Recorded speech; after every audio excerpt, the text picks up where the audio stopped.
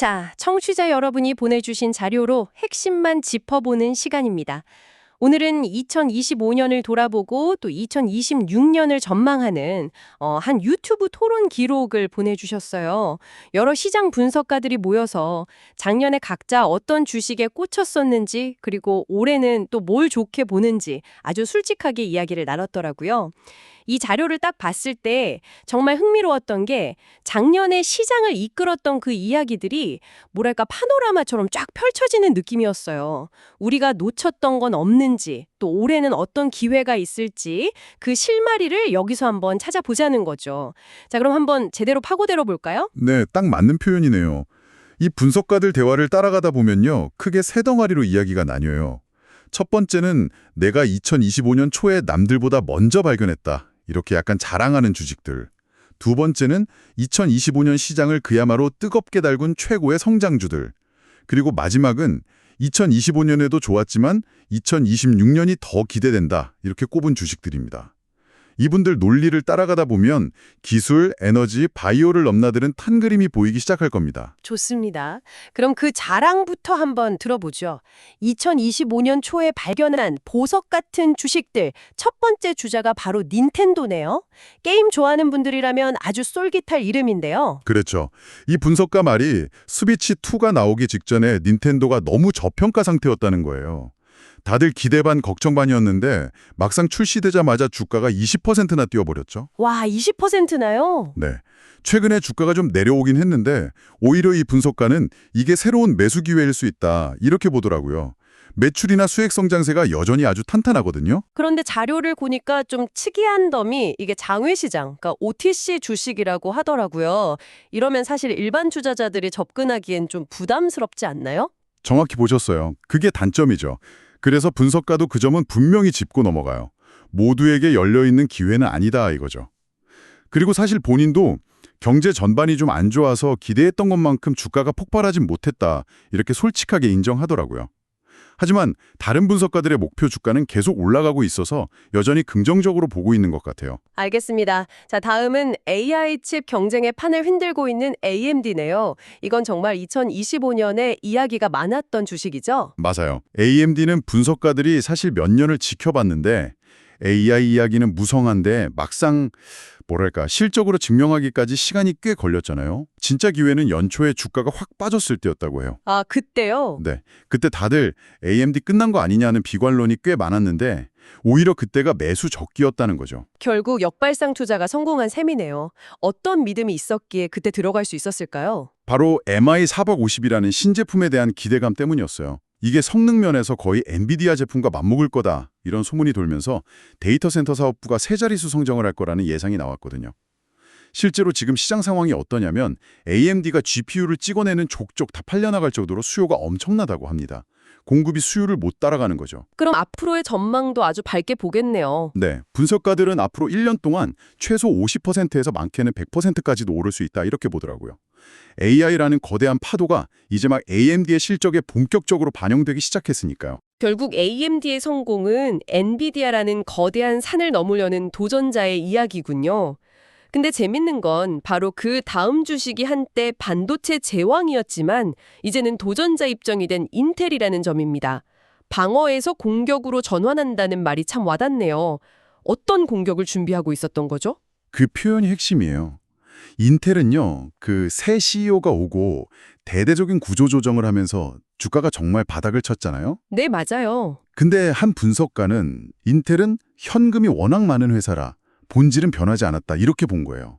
특히 미국의 TSMC가 되겠다면서 파운드리, 그러니까 반도체 위탁 생산 사업에 뛰어든 걸 다음 성장 동력으로 딱 본 거죠. 사실 파운드리 사업은 TSMC나 삼성이 꽉 잡고 있는데 인텔이 과연 비집고 들어갈 틈이 있을까 하는 의구심도 많았잖아요. 물론이죠. 그래서 처음에 시장도 반신반의했어요. 그런데 인텔이 소노바 같은 회사를 인수하고 가우디3라는 새로운 AI 프로세서도 내놓으면서 아, 이거 그냥 말로만 하는 게 아니구나 하는 인식이 퍼지기 시작한 거죠. 단순히 점유율 방어에 급급한 게 아니라 진짜로 새로운 영토를 개척하려는 공격적인 모습을 보여준 겁니다. 파운드리 사업은 아직 정말 초기 단계라 성공만 한다면 성장 잠재력은 어마어마하다고 보는 거고요. 들어보니 AMD와 인텔, 이 두 오랜 라이벌이 각자 다른 방식으로 생존과 성장을 모색하는 모습이 아주 흥미롭네요. 자, 보너스 주식이라면서 개인적인 인연이 있다고 언급한 회사도 있던데요. 어플라이드 디지털. 이건 좀 생소한데요. 네, 이 회사는 사업 모델이 독특해요. 서비스형 GPU 사업을 하거든요. 쉽게 말해서 GPU를 빌려주는 거죠. 연초에 $5 정도였는데 한때 $36까지 갔으니 정말 엄청난 상승이었죠. 2026년 전망을 좋게 보는 이유는 의외로 아주 단순해요. 지금 시장에서 GPU를 구하기가 하늘의 별 따기거든요. 아, AMD 이야기랑 딱 연결되는군요. GPU가 없어서 못 파는 상황이니 GPU를 확보해서 빌려주는 사업은 당연히 잘 될 수밖에 없다. 이런 논리네요. 바로 그겁니다. 분석과 표현을 빌리자면 지금 GPU를 가지고 있다는 건 주머니 속에 금을 넣어둔 것과 같다는 거예요. 이 회사는 데이터 센터도 계속 늘리고 있고요. 고객들이랑 장기 계약을 맺어서 사업 안정성도 높이고 있다고 합니다. 초반에 기회를 잡는 것도 중요하지만 시장의 흐름을 완전히 타서 폭발적으로 성장하는 주식에 올라타는 것도 짜릿하죠. 자료를 보니 2025년에 그런 성장주로 꼽힌 기업들이 몇 개 있네요. 첫 번째는 배터리 기술의 판도를 바꿀 수도 있다는 앰프리우스 테크놀로지스트던데요. 네, 이 회사는 아직 매출 규모가 크지 않은 성장 초기 단계에 있는 곳이에요. 핵심 기술이 실리콘 음극재라는 건데 이걸 쓰면 기존 배터리보다 에너지 밀도는 훨씬 높고 충전은 더 빠르고 무게는 가벼워진다고 해요. 거의 뭐 꿈의 배터리죠. 기술만 들으면 정말 대단한데 이런 초기 기술 기업들은 상용화까지 가는 길이 험난하잖아요. 지금 실제로 어디에 쓰이고 있나요? 좋은 질문이에요. 현재는 주로 드론 같은 국방 분야에 집중하고 있어요. 아주 가벼우면서도 강력한 힘을 내야 하는 그런 특수 목적 시장이죠. 분석가는 이 회사가 이제 막 수요와 생산 능력이 동시에 폭발하는 하이퍼 성장 단계에 들어섰다고 평가하더라고요. 사실 이 기술 이야기는 2, 3년 전부터 나왔는데 2025년에 드디어 본격적으로 성과가 눈에 보이기 시작했다는 겁니다. 하이퍼 성장이라니 정말 기대와 위험이 공존하는 단계겠네요. 다음은 하늘을 나는 택시, eVTOL 분야의 버티컬 에어로스페이스입니다. 이 분야는 경쟁이 아주 치열한 걸로 아는데 이 회사를 꼽은 특별한 이유가 있나요? 분석가가 아주 재미있는 포인트를 짚었어요. 2025년까지 eVTOL 시장은 온통 기대감과 추측으로만 움직였잖아요. 그렇죠. 그런데 2026년이 바로 주요 기업들이 상용화를 약속한 원년이거든요. 여기서 버티컬의 전략이 빛을 발할 거라는 거예요. 경쟁사인 조비나 아처에 비해 버티컬의 전략이 훨씬 명확하고 집중돼 있다고 평가해요. 전략이 어떻게 다른데요? 버티컬은 딱 한 가지에만 집중해요. 기체를 잘 만들어서 지역공항 같은 곳에 납품한다. 이게 끝이에요. 반면에 다른 경쟁사들은 기체 생산은 물론이고 택시처럼 운영하는 서비스망, 충전 인프라, 이 모든 걸 아우르는 거대한 생태계를 한꺼번에 만들려고 한다는 거죠. 그러다 보니 전략이 너무 복잡하고 시간도 더 오래 걸릴 수 있다는 지적입니다. 와, 그럴듯하네요.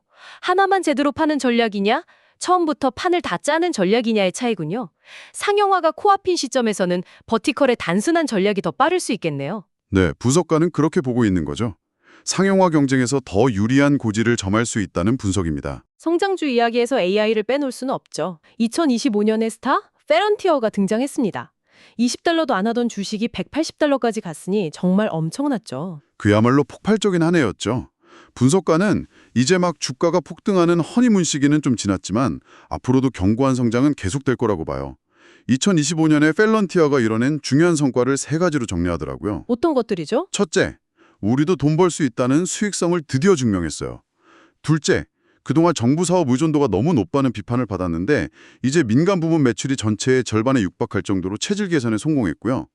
마지막으로 AI 시대의 하드웨어가 아닌 소프트웨어 인프라의 핵심 플레이어로 완벽하게 자리매김했다는 겁니다. 그런데 펠런티어는 항상 고평가 논란, AI 버블의 상징이라는 꼬리표가 따라다니잖아요. 이 부분에 대해서는 분석가들이 어떻게 보나요? 그 지점에 대해 아주 재미있는 조언을 해요. 분석가들이 입으로 말하는 것과 실제로 행동하는 것을 구분해서 보라는 거예요. 수많은 분석가들이 보고서에 펠런티어는 너무 비싸다고 쓰면서도 정작 자신들의 목표 주가는 연초 $100 밑에서 지금 $170 수준까지 계속 올리고 있다는 거죠. 와, 그거 일리가 있네요. 행동의 말을 증명한다는 거니까요. 하지만 비싸다는 말이 계속 나온다는 것 자체가 시장의 불안감을 반영하는 건 아닐까요? 이 성장이 언제까지 지속될 수 있을지에 대한 의구심 같은 거죠. 물론 그런 의구심도 타당하죠. 그래서 분석가도 이제 과거와 같은 폭발적인 상승보다는 꾸준하고 견고한 성장을 예상하는 거고요. 중요한 건 비판 속에서도 회사가 계속해서 스스로의 가치를 증명해 나가고 있다는 점, 이 점을 높이 평가하는 것 같습니다. 알겠습니다. 이제 마지막 주제로 넘어가 보죠. 2025년에도 좋았지만 2026년이 더 기대되는 주식들. 흥미롭게도 AI 이야기에서 자연스럽게 에너지 문제로 넘어가네요. 첫 번째 주자가 뉴스케일 파워입니다. 네, AI가 세상을 바꾸고 있지만 그 이면에는 엄청난 전력 수모라는 그림자가 있거든요. 자료에 따르면 미국의 전력망은 이미 낡을 대로 낡아서 이 수요를 감당하기가 어려워요. 여기서 대안으로 떠오르는 게 바로 소형 모듈 원자로 SMR입니다. 원자력이라고 하면 여전히 안전이나 규제 문제가 가장 먼저 떠오르거든요. 분석가들은 SMR이 그 문제에 대한 현실적인 대안이 될 수 있다고 보나요? 네, 그게 바로 SMR의 핵심입니다. 거대한 원자력 발전소와는 개념이 좀 달라요. 데이터 센터 바로 옆에 설치할 수 있을 정도로 작고 안전하며 날씨와 상관없이 24시간 내내 안정적으로 전기를 공급하는 상시가동 전력원이라는 거죠. 2025년에 주가가 좀 부진했던 건 AI 분야 전체가 조정을 받으면서 같이 휘청인 탓이지 AI를 돌리기 위한 전력 수요라는 근본적인 필요는 앞으로 계속 커질 수밖에 없다는 게 이들의 논리입니다. 같은 SMR 분야에서 오클로라는 회사도 언급되네요. 뉴스케일과 비교해서 어떤 차이가 있는 거죠? 한 분석가라 SMR 시장이 커질 거라는 데는 전적으로 동의하지만 자기는 개인적으로 뉴스케일보다 오클로를 더 선호한다고 말해요. 이유가 뭐냐면 오클로의 사업 파이프라인이 더 눈에 보이고 성장 속도도 더 빠르다는 거예요. 더 빨리 돈을 벌 수 있다는 점을 높이 사는 거군요. 맞습니다. 특히 오클로는 아이다호 국립연구소와 협력해서 복잡한 표준 인증 절차를 좀 더 수월하게 통과할 수 있을 거라는 기대감이 있어요. 그러면 상업 운전을 더 빨리 시작해서 수익을 낼 수 있겠죠. 물론 분석가도 덧붙여요. 이 시장이 워낙 크기 때문에 뉴스케일, 오클로 둘 다, 그리고 앞으로 나올 더 많은 회사들이 함께 성장할 공간은 충분하다고 봅니다. 지금 노후 원자력 인프라를 교체하고 확장하려면 매년 수십 개의 원자로를 새로 지어야 할 정도라고 하니까요. 마지막 주식은 정말 의외네요. 지금까지 나온 첨단 기술, 고위험 성장주들과는 결이 완전히 달라요. 바이오 제약 분야의 대표 우량주, 에브비입니다. 그렇죠. 이 주식은 변동성이 극심했던 2025년 시장에서 왜 안정적인 우량주가 포트폴리오에 필요한지를 보여주는 아주 좋은 사례예요. 에브비의 가장 큰 숙제가 주력 의약품이었던 휴미라의 특허 만료였거든요. 다들 이제 에브비의 시대는 끝났다고 걱정했는데 그걸 완벽하게 극복해냈습니다. 새로운 약들이 그 빈자리를 채워준 건가요? 채운 정도가 아니라 넘치게 메웠어요. 스카이리치나 림버크 같은 신약들이 휴미라의 매출 공백을 이미 뛰어넘는 성과를 내고 있거든요. 게다가 항암제 분야 같은 미래 먹거리 파이프라인도 아주 막강하고요. 작은 바이오테크 회사들처럼 기술만 있고 돈이 없는 게 아니라 개발한 신약을 성공적으로 출시할 자금력과 노하우를 모두 갖춘 회사라는 점을 높이 평가합니다. 들어보니 성장주와 가치주의 매력을 모두 가진 주식이네요. 정확합니다. 그래서 분석가가 반드시 보유해야 할 주식이라고 극찬을 하죠. 배당 귀족이자 배당 왕으로 불릴 만큼 배당도 꾸준히 주면서 동시에 주가 성장과 자사주 매입을 통한 주주 환원까지 기대할 수 있으니까요. 미래 기술에 대한 투자와 함께 이런 든든한 주식 하나가 균형을 잡아주는 거죠. 오늘 분석가들의 대화를 쭉 따라와 보니 몇 가지 큰 흐름이 보이네요. 정말 흥미로운 건 AI라는 하나의 거대한 디지털 트렌드가 반도체 칩 같은 직접적인 분야를 넘어 그걸 뒷받침하기 위한 SMR이라는 거대한 물리적 인프라 시장까지 만들어내고 있다는 점이에요. 보이지 않는 기술이 보이는 세상을 바꾸고 있는 거죠. 맞습니다. 하나의 기술 혁신이 어떻게 여러 산업에 연쇄적으로 파급 효과를 일으키는지 아주 잘 보여주는 사례들이었죠.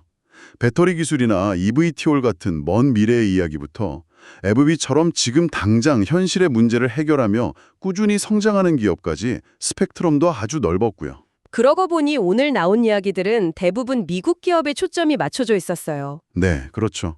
그래서 마지막으로 우리가 생각해 볼 만한 질문을 하나 던져볼 수 있을 것 같아요. 이 자료에서 이야기하는 AI 혁명이 미국을 넘어 다른 지역, 예를 들어 아시아나 유럽의 전력망 그리고 반도체 공급망에는 과연 어떤 다른 형태의 파급 효과를 가져올까요? 그곳에서는 또 어떤 새로운 기회들이, 어쩌면 우리가 오늘 이야기하지 않은 전혀 다른 모습의 기업들이 나타나고 있을까요? 오늘 나눈 이야기의 좋은 연장선에서 한번 생각해 보시면 흥미로울 것 같습니다.